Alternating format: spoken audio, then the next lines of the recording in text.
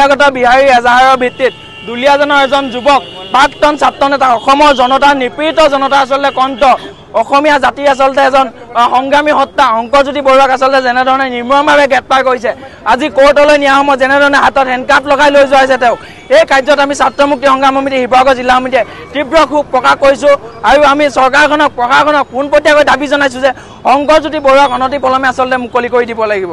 বহিৰাগত বনিয়াৰ স্বাৰ্থত বহিৰাগত বনিয়াক দলিচা পাৰি বহিৰাগত বনিয়াৰ কমিশ্যনৰ স্বাৰ্থত আচলতে অসমীয়া যুৱকক এনেধৰণে অত্যাচাৰ চলালে নহ'ব। আমি বিগত সময়ছোৱাত বাৰম্বাৰ চৰকাৰখনক প্ৰশাসনক দাবী জনাইছোঁ যে অসমীয়া জাতিৰ সুৰক্ষাৰ বাবে আপোনালোকে কিবা এটা কৰক।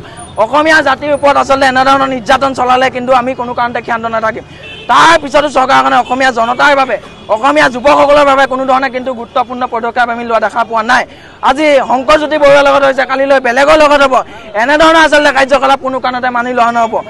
যোৱাকালি আচলতে বহিৰাগত বিহাৰী এজাহাৰৰ ভিত্তিত তেওঁ গ্ৰেপ্তাৰ কৰিছে। কি কাৰণে গ্ৰেপ্তাৰ কৰিছে, তেওঁ ভুল ক'ত আছিল, এই কথাবোৰ আমি চৰকাৰখনক পোনপটীয়াকৈ দাবী জনাব বিচাৰিছোঁ। আচলতে আমি এই গোটেই বিষয়টোত ৰাজনৈতিক ষড়যন্ত্ৰ গোট পাইছোঁ।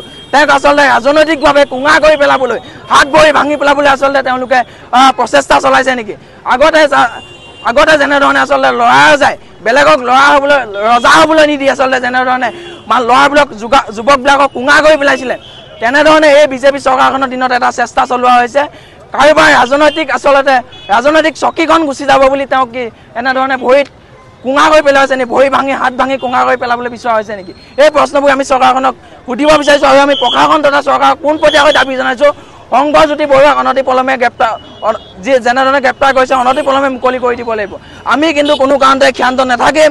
অনাগত দিনত আমি শংকৰজ্যোতি বৰুৱাক যেনেধৰণে গ্ৰেপ্তাৰ কৰিছে তাৰ বিৰুদ্ধে আমি অনাগত দিনত কিন্তু এক ভয়াৱহ আচলতে প্ৰতিবাদী কাৰ্যসূচী ৰূপায়ণ কৰিবলৈ বাধ্য হ'ম। সমগ্ৰ অসমজুৰি ছাত্ৰ মুক্তি সংগ্ৰাম সমিতিয়ে প্ৰতিবাদ কৰিব, অন্যায়ৰ বিৰুদ্ধে ছাত্ৰ মুক্তি সংগ্ৰাম সমিতিয়ে প্ৰতিবাদ কৰিব। তেতিয়া কিন্তু জগৰীয়া হ'ব এই বিজেপি চৰকাৰখন। এই বিজেপি চৰকাৰখনৰ দিনতে আচলতে বহিৰাগত বনিয়াৰ দিনক দিনে দপদপনি বাঢ়ি গৈছে। এই বিজেপি চৰকাৰখনৰ দিনতে আচলতে বিহাৰীয়ে অসমীয়া ল'ৰাক গাত হাত দিবলৈ পাৰিছে, আজি বহিৰাগত বনিয়াই অসমীয়া ল'ৰাৰ গাত হাত দিবলৈ পাৰিছে, আজি বিহাৰী এজাহাৰৰ স্বাৰ্থত আচলতে অসমীয়া ল'ৰাক গ্ৰেপ্তাৰ কৰিছে। এই কাৰ্য কোনো কাৰণতে মানি লোৱা নহ'ব।